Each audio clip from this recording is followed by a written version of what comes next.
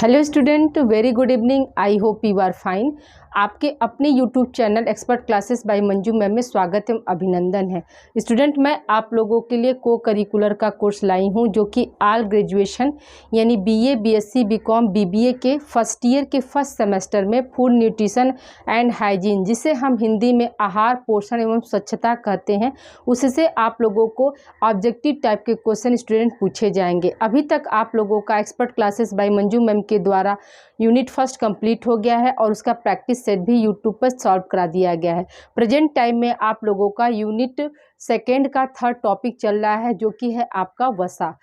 इसकी पूर्व की क्लासेस आप देखने के लिए गूगल या यूट्यूब पर सर्च कीजिए expert classes by Manju ma'am, और डिस्क्रिप्शन बॉक्स में जो लिंक दिया गया है स्टूडेंट, उस पे जाकर आप प्ले लिस्ट के जरिए इसकी पूर्व की क्लासेस आप वहां से देख सकते हैं और अपनी तैयारी को बेहतर कर सकते हैं। जो बच्चे कंपटीशन की तैयारी कर रहे हैं स्टूडेंट, जैसे TGT, PGT, ELT grade, GIC, home science, higher education, UGC NET, ये सब की जो तैयारी कर रहे हैं स्टूडेंट, और इसके अलावा एसएससी, रेलवे, बैंकिंग की तैयारी जो कर रहे हैं, ये वीडियो जो है उनके लिए भी यूजफुल है स्टूडेंट। तो आइए स्टूडेंट, हम लोग स्टार्ट करते हैं। आप लोगों का चैप्टर 8 है आपका वसा या लिपिड्स, जिसकी पूर्व की एक क्लास हो गई है। आज उसका आप लोगों का सेकेंड क्लास है स्टूडेंट। इसमें हम आप लोगों से बात करेंगे कि क्लासिफिकेशन ऑफ लिपिड्स या फैट्स, या इसको हम क्या बोलते हैं, स्निग्ध पदार्थ बोलते हैं स्टूडेंट। ठीक है, तो देखिए पौष्टिकता के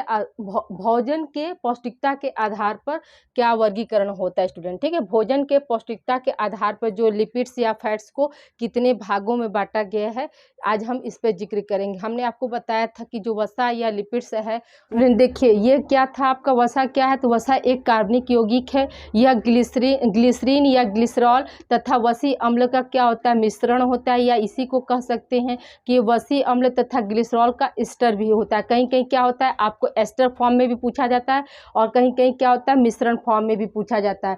फैट्स या वसा का रासायनिक नेम क्या है स्टूडेंट, तो ट्राइग्लिसराइड है। 1 ग्राम वसा से हमें कितनी कैलोरी ऊर्जा मिलती है स्टूडेंट, तो 9 ग्राम कैलोरी ऊर्जा 1 ग्राम वसा से हमें मिलती है। ये सब क्या है, आपकी पूर्व क्लासेस में हो गई थी। आज हम आप लोगों को क्या है, भोजन की पौष्टिकता के आधार पर जो वर्गीकरण है उस पर डिस्कस करेंगे स्टूडेंट। याद रखिएगा कि भोजन के पौष्टिकता के आधार पर जो हमारा वसा, लिपिड्स जो होते हैं वो कितने तरह के होते हैं स्टूडेंट, तो 4 प्रकार के होते हैं। कितने तरह के होते हैं, 4 प्रकार के होते हैं। पहला क्या है आपका सरल लिपिड्स, दूसरा क्या है यौगिक या संयुक्त लिपिड, तीसरा क्या है व्युत्पादित या उद्भूत लिपिड्स, और चौथा क्या होता है, स्टेरॉल होता है स्टूडेंट। ठीक है, जो सरल लिपिड होता है वो आपका 2 तरह का होता है, जिसमें आता है क्या, पहला क्या होता है आपका मोम व तेल होता है, सॉरी वसा व तेल होता है। दूसरा क्या है आपका मोम होता है स्टूडेंट। वसा व तेल को हमने आपको बताया था स्टूडेंट कि जो वसा होती है वो क्या है आपका 20 डिग्री सेंटीग्रेड पर क्या होती है, वो ठोस के रूप में रहती है। जबकि तेल क्या होता है 20 डिग्री सेंटीग्रेड पर क्या होता है, वो द्रव फॉर्म में होता है। और जो मोम होता है वो भी क्या है हमारा सरल लिपिड के अंतर्गत आता है। इसको इंग्लिश में हम क्या बोलते हैं स्टूडेंट, इसको इंग्लिश में हम सिंपल लिपिड बोलते हैं। इंग्लिश में हम क्या बोलेंगे, सिंपल लिपिड बोलते हैं स्टूडेंट। ठीक है, तो आपको क्वेश्चन आ सकता है कि सिंपल लिपिड के अंतर्गत कौन कौन से जो है फैट्स आते हैं, तो हम क्या बताएंगे, पहला ऑप्शन हो जाएगा वसा, दूसरा ऑप्शन हो जाएगा तेल, और तीसरा ऑप्शन हो जाएगा मोम, और चौथा ऑप्शन हो जाएगा उपरोक्त सभी। तो हम क्या बताएंगे स्टूडेंट, उपरोक्त सभी जो है क्या है सरल लिपिड के अंतर्गत आते हैं। या कभी कभी क्वेश्चन आपको इस तरह से पूछ सकता है स्टूडेंट कि जो मोम है वो मतलब कौन सा जो है वसा है, आपका सरल लिपिड है या संयुक्त लिपिड है या स्टेरॉयल है, या इनमें से कोई नहीं। तो याद रखिएगा कि जो मोम होता है वो क्या होता है स्टूडेंट, हमारा क्या है सरल लिपिड होता है स्टूडेंट। ठीक है, अब आइए हम दूसरे लिपिड्स के बारे में बात करते हैं, जो कि क्या है आपका यौगिक या संयुक्त लिपिड। क्या है स्टूडेंट, यौगिक या संयुक्त लिपिड है। तो इस देखिए यौगिक या संयुक्त लिपिड को भी क्या किया गया स्टूडेंट, 4 भागों में बांटा गया। पहला क्या है आपका सल्फोलिपिड, दूसरा क्या है आपका ग्लाइकोलिपिड, तीसरा क्या है आपका फास्फोलिपिड, चौथा क्या है आपका लाइपोप्रोटीन होता है स्टूडेंट। ठीक है, सल्फोलिपिड जो होता है वो कहाँ पाया जाता है स्टूडेंट, याद रखिएगा कि जो सल्फोलिपिड जो होता है स्टूडेंट वो कहाँ पाया जाता है, मनुष्य के मस्तिष्क में पाया जाता है। कहाँ पाया जाता है स्टूडेंट? मनुष्य के मस्तिष्क में पाया जाता है। दूसरा क्या है आपका ग्लाइकोलिपिड जो है, ग्लाइकोलिपिड कहाँ पाया जाता है स्टूडेंट? याद रखिएगा कि मस्तिष्क में सेरेब्रोसाइट्स तथा नाड़ियों में गैंग्लियोसाइट्स में होता है। ठीक है, ग्लाइकोलिपिड्स कहाँ होता है स्टूडेंट? याद रखिएगा कि मस्तिष्क में क्या होता है? सेरेब्रोसाइट्स, और वह नाड़ियों में क्या होता है? गैंग्लियोसाइट्स में पाया जाता है। और जो सल्फोलिपिड्स कहाँ होता है स्टूडेंट? तो याद रखिएगा कि ये ब्रेन में पाया जाता है। देखिए स्टूडेंट, सल्फोलिपिड्स कहाँ पाया जाता है? आपका ब्रेन में। और ग्लाइकोलिपिड्स कहाँ पाया जाता है? तो मस्तिष्क में सेरेब्रोसाइट्स व नाड़ियों में गैंग्लियोसाइट्स में पाया जाता है। ठीक है, तीसरा क्या है आपका फास्फोलिपिड। तो फास्फोलिपिड्स कहाँ पाया जाता है स्टूडेंट? तो याद रखिएगा कि हमारे कोशिकाओं के प्रोटोप्लाज्म, मसल्स, किडनी, यकृत और नाड़ी उत्तकों में पाया जाते हैं। जो फास्फोलिपिड्स होता है वो कहाँ पाया जाता है स्टूडेंट? याद रखिएगा ह्यूमन बींग्स या हमारे कोशिकाओं के प्रोटोप्लाज्म, मसल्स, किडनी, यकृत का मतलब क्या होता है स्टूडेंट? लीवर। यकृत का मतलब क्या होता है? लीवर। और नाड़ी उत्तकों में पाए जाते हैं। फिर आपका है लाइपोप्रोटीन कहाँ पाया जाता है स्टूडेंट? तो याद रखिएगा लाइपोप्रोटीन जो वसा होती है वो कहाँ पाया जाती है? तो याद रखिएगा कि ब्लड में पाया जाता है। लाइपोप्रोटीन कहाँ पाया जाता है स्टूडेंट? ध्यान दीजिएगा कि लाइपोप्रोटीन जो है वो कहाँ पाया जाता है? ब्लड में पाया जाता है स्टूडेंट। ठीक है, ये क्या है आपका यौगिक या संयुक्त लिपिड के जो थे प्रकार थे स्टूडेंट। अब देखिए यहाँ पर क्वेश्चन कैसे बनेगा स्टूडेंट। तो याद रखिएगा, पूछेगा आपको क्वेश्चन में कि मस्तिष्क तथा नाड़ियों में कौन सा लिपिड पाया जाता है। ठीक है, ऐसे भी क्वेश्चन बन सकता है कि मस्तिष्क तथा नाड़ियों में कौन सा जो है लिपिड पाया जाता है। तो आपके ऑप्शन में रहेगा सल्फोलिपिड्स, दूसरा रहेगा ग्लाइकोलिपिड, तीसरा हो जाएगा फास्फोलिपिड और चौथा हो जाएगा लाइपोप्रोटीन। तो हम क्या बताएंगे स्टूडेंट कि मस्तिष्क व नाड़ियों में कौन सा लिपिड पाया जाता है? तो ग्लाइकोलिपिड्स पाया जाता है। ठीक है, दूसरा क्वेश्चन ऐसे भी बन सकता है इसी क्वेश्चन को कि सेरेब्रोसाइट्स तथा गैंग्लियोसाइट्स में कौन सा जो है लिपिड पाया जाता है। इसी को उठा के दे देगा, सेरेब्रोसाइट्स तथा गैंग्लियोसाइट्स में कौन सा लिपिड पाया जाता है। तो आपका सल्फोलिपिड हो जाएगा, ग्लाइकोलिपिड्स हो जाएगा, फास्फोलिपिड्स हो जाएगा और क्या हो जाएगा? लाइपोप्रोटीन। तो हम क्या बताएंगे स्टूडेंट, जो ग्लाइकोलिपिड्स होते हैं वो कहाँ पाए जाते हैं? आपके सेरेब्रोसाइट्स तथा गैंग्लियोसाइट्स में पाए जाते हैं। तीसरा क्वेश्चन ऐसे पूछ सकता है स्टूडेंट कि ह्यूमन रक्त में कौन सा लिपिड पाया जाता है। तो आपके ऑप्शन में रहेगा सल्फोलिपिड्स। ठीक है, दूसरा ऑप्शन हो जाएगा ग्लाइकोलिपिड, तीसरा हो जाएगा लाइपोप्रोटीन और चौथा हो जाएगा फास्फोलिपिड। तो हम क्या बताएंगे, जो ह्यूमन ब्लड्स है या ह्यूमन बींग्स में या हमारे शरीर में हमारे शरीर के रक्त में कौन सा लिपिड पाया जाएगा? तो क्या हो जाएगा? आपका लाइपोप्रोटीन हो जाएगा स्टूडेंट। ठीक है, ये क्या हुआ आपको यौगिक और संयुक्त लिपिड भी क्लियर हो गया स्टूडेंट। अब आइए हम तीसरा बात करते हैं व्युत्पादित या उद्भूत लिपिड्स। तो जो व्युत्पादित या उद्भूत लिपिड्स जो होते हैं स्टूडेंट, तो याद रखिएगा कि ये क्या होता है, ये जो व्युत्पादित का मतलब ही होता है स्टूडेंट को उत्पन्न करना। ठीक, उत्पन्न किया गया लिपिड्स। देखिए ये कैसे बनता है स्टूडेंट, तो देखिए सरल तथा, प्लस का चिन्ह हमने दे दिया, सरल तथा, इसको पढ़िए चाहे प्लस, संयुक्त लिपिड के जल अपघटन के द्वारा बनते हैं। ठीक है, आपको जो व्युत्पादित लिपिड्स या उद्भूत लिपिड्स जो है कैसे बनते हैं स्टूडेंट, याद रखिएगा कि सरल लिपिड और प्लस संयुग्मित लिपिड जो है आपस में मिलते हैं और जल अपघटन के द्वारा क्या बनाते हैं? व्युत्पादित लिपिड बनाते हैं स्टूडेंट। इसका एग्जाम्पल आप देख लीजिएगा स्टूडेंट, इसका एग्जाम्पल है आपका वसी अम्ल है। ठीक है, वसी अम्ल, ठीक है, वसी अम्ल, फिर स्टेरॉयड हार्मोन्स, वसा में घुलनशील विटामिन ए, डी, ई के स्टूडेंट। ठीक है, आपके जो है व्युत्पादित लिपिड्स के एग्जाम्पल कौन कौन से होंगे स्टूडेंट, याद रखिएगा वसी अम्ल हो जाएगा, स्टेरॉयड हार्मोन्स हो जाएगा और वसा में जितने भी घुलनशील विटामिन हैं जैसे विटामिन ए, डी, ई के जो हैं ये क्या है आपके व्युत्पादित लिपिड्स के अंतर्गत आते हैं स्टूडेंट। अब आइए स्टूडेंट हम चौथे लिपिड्स के बारे में बात करते हैं जिसको हम स्टेरॉल बोलते हैं। तो ये देखिए इसके जो सोर्स है ये क्या है, ये प्रकृति में पाया जाता है। स्टेरॉल जो होते हैं वो कहाँ पाए जाते हैं स्टूडेंट, तो ध्यान दीजिएगा, याद रखिएगा कि ये क्या है, प्रकृति में पाए जाते हैं। और ये भी क्या होते हैं, ये भी तीन प्रकार के होते हैं। एक होता है प्राणिज स्टेरॉल जिसको हम क्या बोलते हैं, कोलेस्ट्रॉल बोलते हैं। दूसरा क्या होता है आपका वनस्पति स्टेरॉल जिसको हम क्या बोलते हैं, आर्गोस्टेरॉल। इसका एग्जाम्पल क्या है, आर्गोस्टेरॉल है। और तीसरा आपका क्या है स्टूडेंट, मोल्ड एवं ईस्ट होता है जिसको हम क्या बोलते हैं, माइको स्टेरॉल बोलते हैं या माइको स्टेरॉल जो है इसका एग्जाम्पल स्टूडेंट, बोलते नहीं सॉरी, ये क्या है माइको स्टेरॉल जो है आपका मोल्ड एवं ईस्ट का एग्जाम्पल है। आर्गो स्टेरॉल जो होता है वनस्पति स्टेरॉल का एग्जाम्पल है। और प्राणिज स्टेरॉल का क्या एग्जाम्पल है, कोलेस्ट्रॉल होता है स्टूडेंट। ठीक है, आई होप यहाँ तक आप लोग को क्लियर हो गया होगा स्टूडेंट। इसे आप लोग अच्छे से याद कर लीजिए। देखिए हमने फ्लो चार्ट के माध्यम से इसे क्या है एक जगह समरप कर दिया है कि आपको इधर उधर क्या हो भटकना ना पड़े। ये जो है आपका लिपिड्स और फैट्स का जो वर्गीकरण किया गया है, तो याद रखिएगा कि भोजन के पौष्टिकता के आधार पर किया गया है। कि किसके आधार पर किया गया स्टूडेंट? तो भोजन के पौष्टिकता के आधार पर है। देखिए अब ये मेन हेडिंग से भी आपका क्वेश्चन बन सकता है कि भोजन के पौष्टिकता के आधार पर लिपिड्स होते हैं। ठीक है, तो आपको दे देगा सरल लिपिड्स, पहला हो जाएगा सरल लिपिड्स, दूसरा हो जाएगा संयुक्त लिपिड्स, तीसरा हो जाएगा स्टेरॉल और चौथा हो जाएगा उपरोक्त सभी। स्टूडेंट याद रखिएगा कि भोजन की पौष्टिकता के आधार पर क्या है, ये तीनों हैं। ठीक है, या तो फिर कभी कभी क्या होगा ये चारों को देकर पांचवा ऑप्शन आपका बन जाएगा उपरोक्त सभी। तो हम क्या बताएंगे कि ये पांचों जो क्या है आपके भोजन के पौष्टिकता के आधार पर ये सारे लिपिड्स हैं स्टूडेंट। ठीक है, ओके स्टूडेंट, इसका एग्जांपल याद रखिएगा स्टूडेंट। आपको फास्फोलिपिड ऐसे करके दे देगा क्वेश्चन कि फास्फोलिपिड्स जो है पाया जाता है कहाँ पर पाया जाता है, तो आपके ऑप्शन में हो जाएगा कोशिकाओं के प्रोटोप्लाज्म। ठीक है, बी ऑप्शन हो जाएगा मसल, सी ऑप्शन हो जाएगा किडनी और डी ऑप्शन हो जाएगा उपरोक्त सभी। तो हम क्या बताएंगे कि उपरोक्त सभी में क्या है आपके फास्फोलिपिड्स पाए जाते हैं स्टूडेंट। ठीक है, इसे आप लोग राइट डाउन कीजिए। अब हम इसके आगे भी और कंटिन्यू कर रहे हैं स्टूडेंट, कंटिन्यू करते हैं। देखिए आगे आपका है अगला पॉइंट आपको पढ़ना है, अगला टॉपिक है आपका वसा के कार्य यानी फंक्शन ऑफ फैट्स या लिपिड बोलते हैं। वसा के कार्य यानी फंक्शंस ऑफ फैट या लिपिड।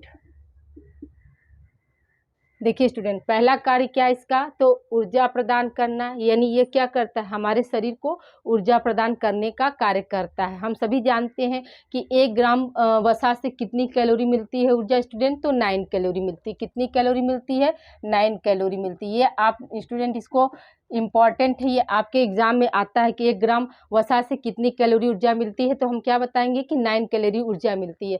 फिर देखिए आपका दूसरा कार्य क्या है, तो शरीर में ऊर्जा का संग्रह करता है, यानी शरीर में ऊर्जा का संग्रह का मतलब क्या हुआ स्टूडेंट की ऊर्जा को स्टोर करना, एक जगह एकत्रित करना। फिर तीसरा कार्य क्या है, कोमल अंगों की सुरक्षा करता है। ठीक है, हमारे शरीर के अंदर जो भी कोमल अंग जैसे आपका हार्ट हो गया, किडनी हो गया, लीवर हो गया, ये सब क्या है हमारे बॉडी का कोमल अंग है ना, तो उसकी क्या रक्षा कौन करता है, रक्षा करने का कार्य कौन करता है, तो आपका फैट्स होता है। फिर चौथा कार्य क्या है, शरीर के तापक्रम को नियंत्रित करता है। ठीक है, यानी ये बॉडी के टेम्परेचर को भी क्या करता है, नियंत्रित करने का कार्य करता है। फिर है आपका पांचवा है प्रोटीन की बचत करता है, यानी हमारे शरीर को ऊर्जा जो है आपको वसा से मिल जाती है, तो प्रोटीन क्या करेगा स्टूडेंट, प्रोटीन हमारे शारीरिक वृद्धि में सहायक होगा।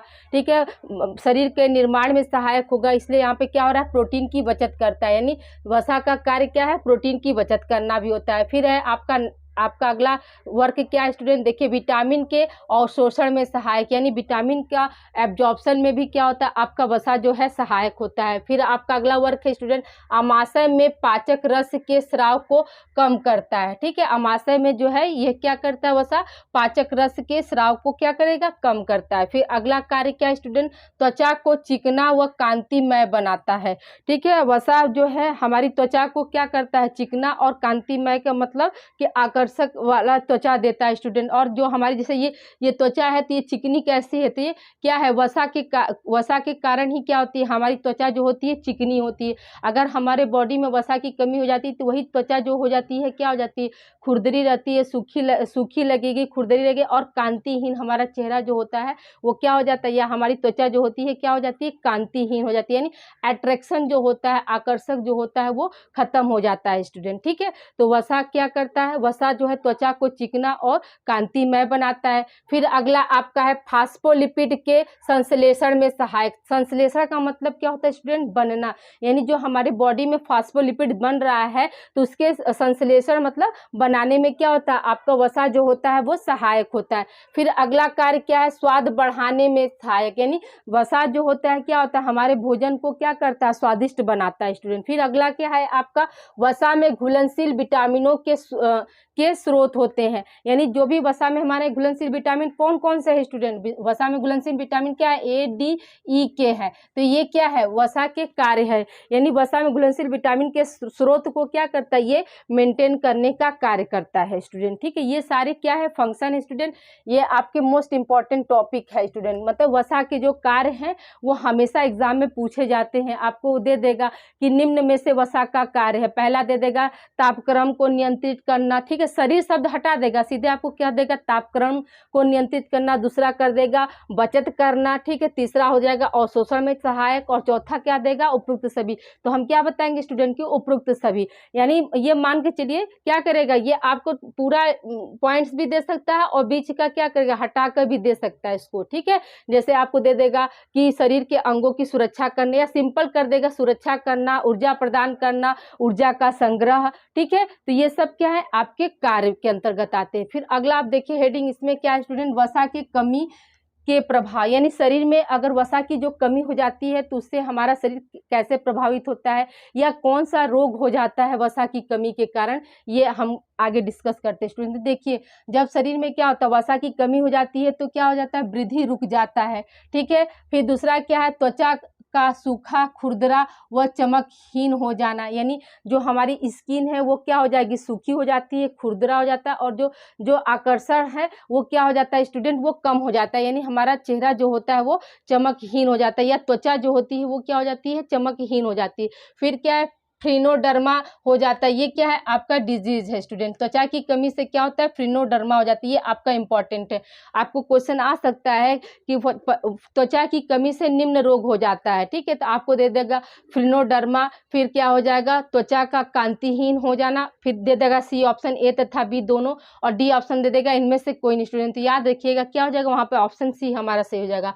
अगला कार्य क्या है, कोशिकाओं की कार्य क्षमता में कमी हो जाना, ठीक है। जब वसा की कमी हो जाती है तो जो हमारे सेल्स होते हैं उनकी जो कार्य क्षमता होती है वो क्या हो जाती है, कम हो जाती है। क्यों कम हो जाती है, क्योंकि जो वसा है स्टूडेंट, वसा से तो हमें सीधे क्या हो रहा है, 9 कैलोरी ऊर्जा मिल रही है ना, तो अगर उसकी कमी हो जाएगी तो जो हमारे सेल्स होते हैं, ह्यूमन बींग्स के जो सेल्स होते हैं वो क्या करते हैं, उनकी जो कार्य की क्षमता होती है वो कम हो जाती है। फिर पांचवा क्या हो जाता है स्टूडेंट, संतान उत्पत्ति के लिए आवश्यक होता है, यानी अगर हमारे शरीर में वसा की कमी हो जाती है या मानव शरीर में वसा की कमी हो जाती है तो उनको क्या है, संतान उत्पत्ति में क्या होता है, बाधक होती है। इसलिए क्या होता है, वसा जो होता है बॉडी में, ह्यूमन बींग्स में पर्याप्त मात्रा में होनी चाहिए, जो कि क्या हो सके, अपने जैसे संतान को उत्पन्न कर सके, अपनी प्रजाति को क्या कर सके, कायम कर सके स्टूडेंट, ठीक है। आई होप यहाँ तक आप लोग को क्लियर हो गया होगा स्टूडेंट, इसे आप लोग राइट डाउन कीजिए। अभी हम आपको वसा की अधिकता से क्या प्रभाव होता है वो बता देते हैं,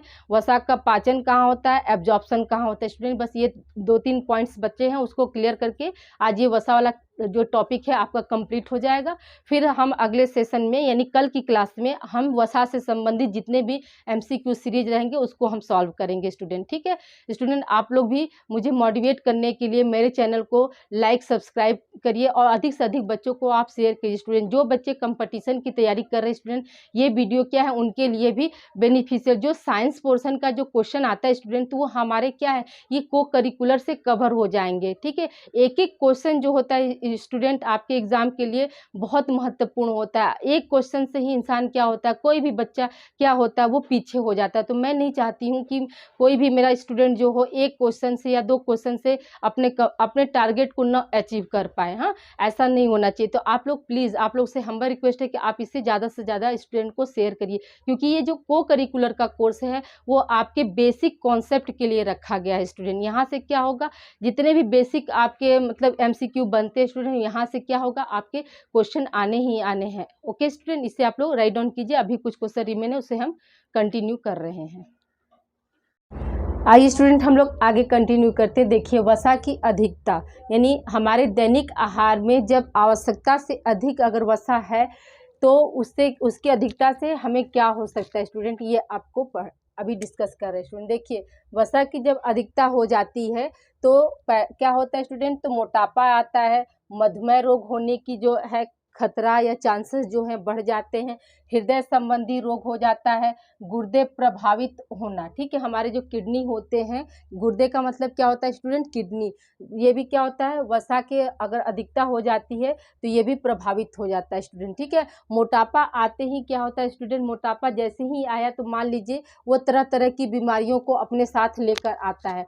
किसी भी मानव का जो है मोटा होना क्या है, उसके सेहत के लिए हानिकारक होता है स्टूडेंट। ठीक है, तो आप याद रखिएगा कि वसा की अधिकता से क्या होता है, तो मोटापा होता है, मधुमेह होता है, हार्ट संबंधित जो है बीमारियां होने लगती है, और कहीं ना कहीं क्या होता है, हमारा किडनी भी जो है वो प्रभावित होता है स्टूडेंट। ठीक है, तो आपको क्वेश्चन बन सकता है स्टूडेंट की वसा की अधिकता से निम्न में से कौन कौन से रोग हो सकते हैं। तो आपका ऑप्शन ए हो जाएगा मोटापा, ऑप्शन बी हो जाएगा मधुमेह, और ऑप्शन सी हो जाएगा आपका हृदय संबंधी रोग, और ऑप्शन डी हो जाएगा उपरोक्त सभी। तो हम क्या बताएंगे स्टूडेंट, उपरोक्त सभी हो जाएगा। ठीक है, फिर देखिए यहाँ पे स्टूडेंट हमने नोट करके लिखा है कि संतृप्त तथा असंतृप्त वसा का अनुपात कितना होता है, तो 2 संबंधी 1 होना चाहिए। ठीक है, यानी जो संतृप्त वसा है वो कितना होना चाहिए, 2 होना चाहिए, जो असंतृप्त वसा है वो कितना होना चाहिए, 2 होना चाहिए, और संतृप्त वसा जो होना चाहिए वो कितना होना चाहिए, 1 होना चाहिए। यानी दोनों का, यानी अनसेचुरेटेड फैट्स और सेचुरेटेड फैट्स का जो रेशियो